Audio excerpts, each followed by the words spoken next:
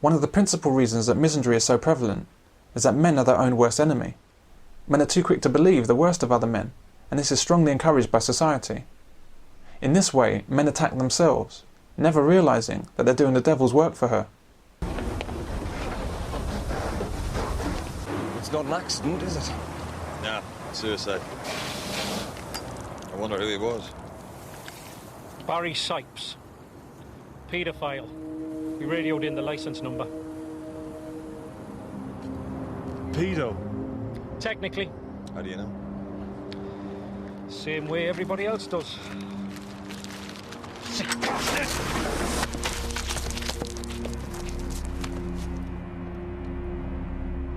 Not really. They didn't print the full story. In 1984, he had consensual sex with a 15-and-a-half-year-old. He was 18. Nowadays, you wouldn't blink. And why did he... Must have known everybody had jumped to the same conclusion as you.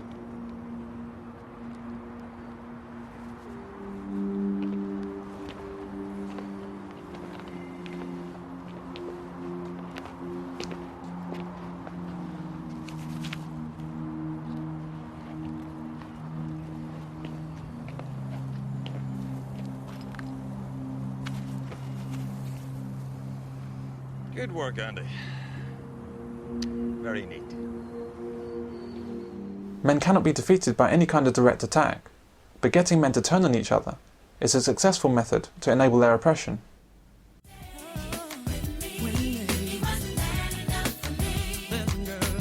Men are expected to behave in very specific ways in order to be accepted as manly. Deal with it. Be a man.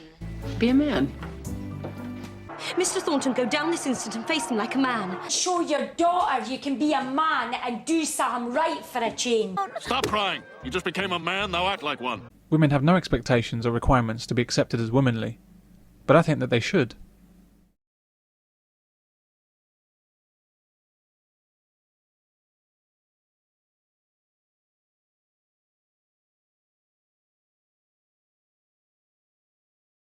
Men can't get in touch with their feminine side because men don't have one.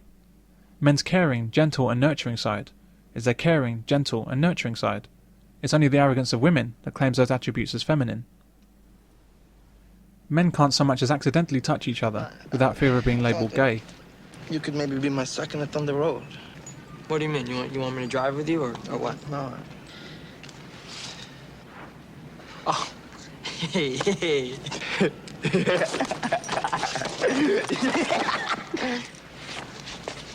Well, listen, I'll pick you up at 3, huh? Yeah. Like in India, grown-ass men hold hands with other men and walk down the street like everything's okay. And to them, there's nothing gay about it. Here's the thing.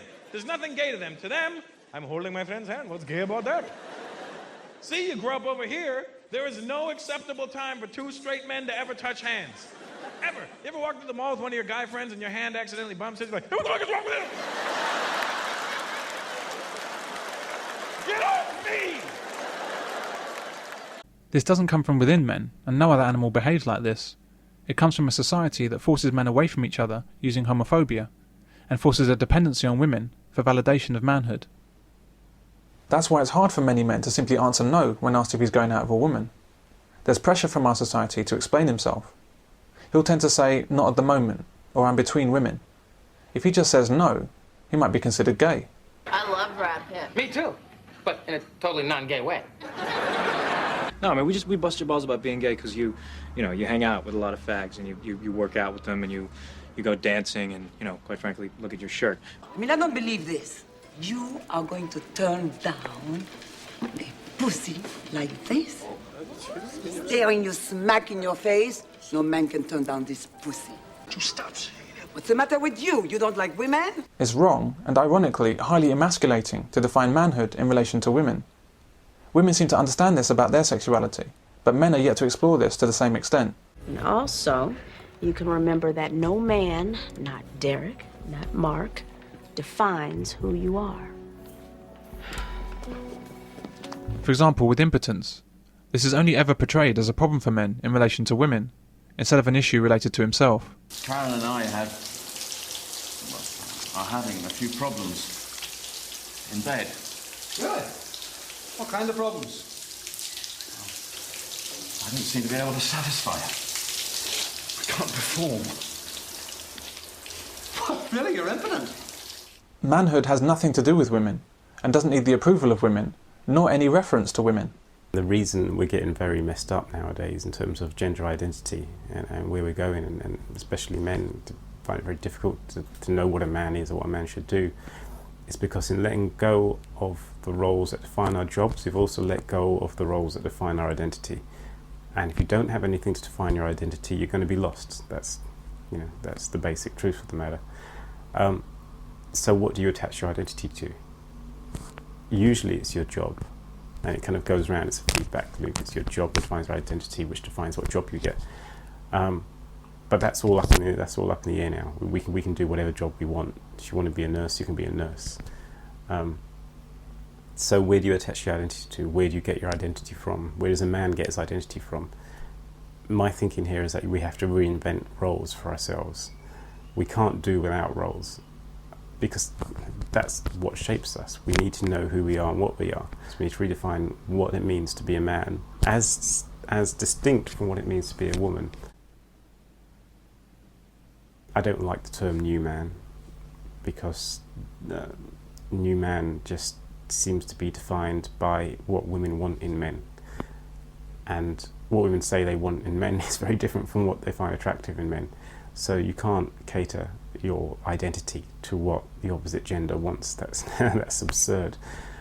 You've got to find what makes you happy, what gives you strength, completely independent from the opposite sex. In the same way that women have defined what they want and who they are, completely distinct from what men have wanted them to be. And we need to now redefine roles that define what it means to be a man.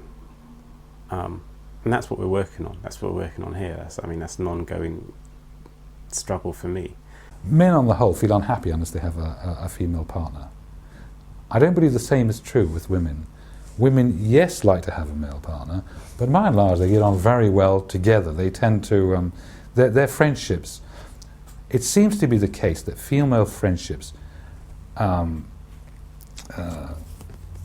cater for their emotional needs.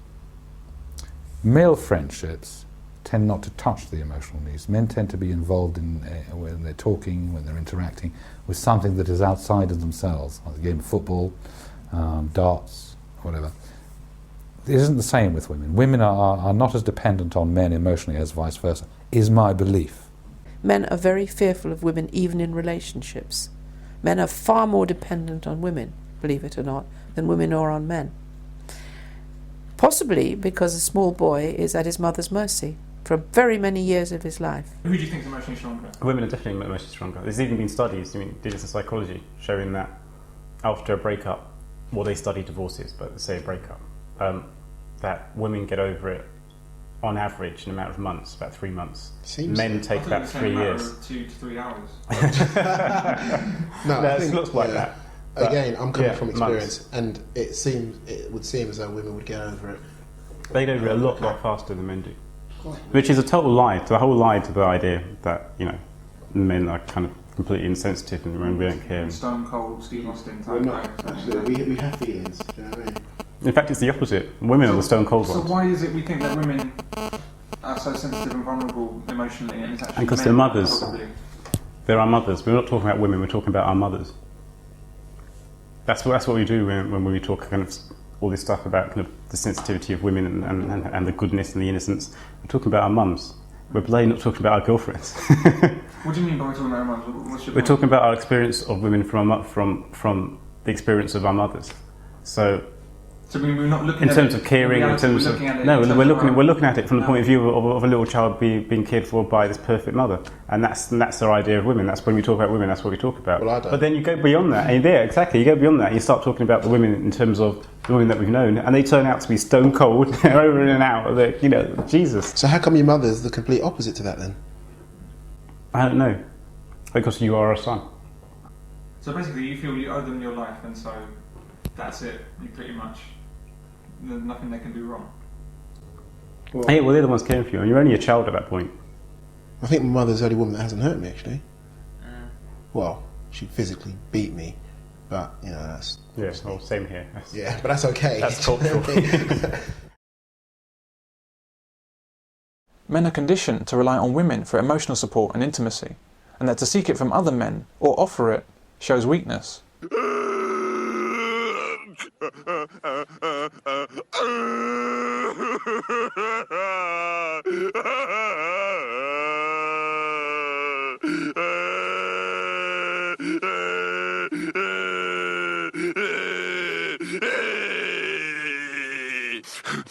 Wear a mask and not talk about the feelings, particular men. It's not a very macho thing to talk about their feelings, as, you know, they don't want to be classed as a wimp, or if they go down the pub, it's football and cars, but they don't generally go and talk about how they're feeling to their mates.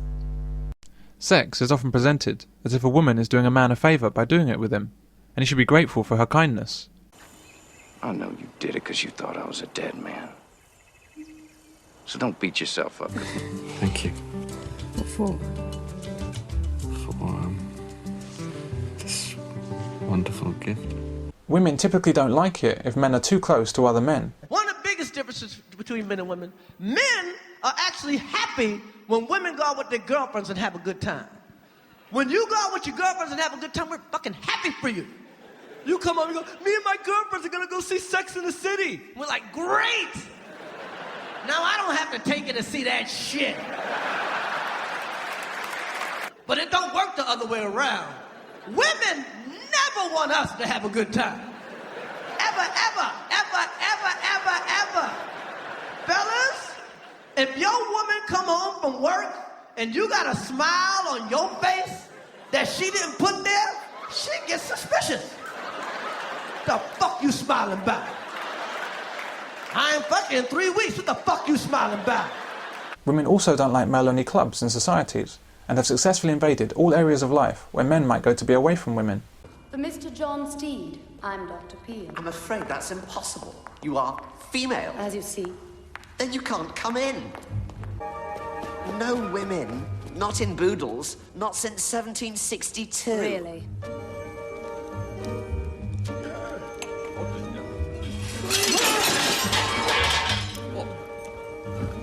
Please, don't get up. Congratulations, you've entered a bastion of male privilege. Women see such things as a threat to their power over men. Men are simply not allowed to exclude women. In contrast, women demand their women-only swim sessions and women-only gyms. You should ask yourself why. Why would women seek to take legal action to gain entry to a male-only club? Why do they care? The answer to that question is that it's not about what women want. It's about what they don't want. Women don't want men to have any respite from female influence.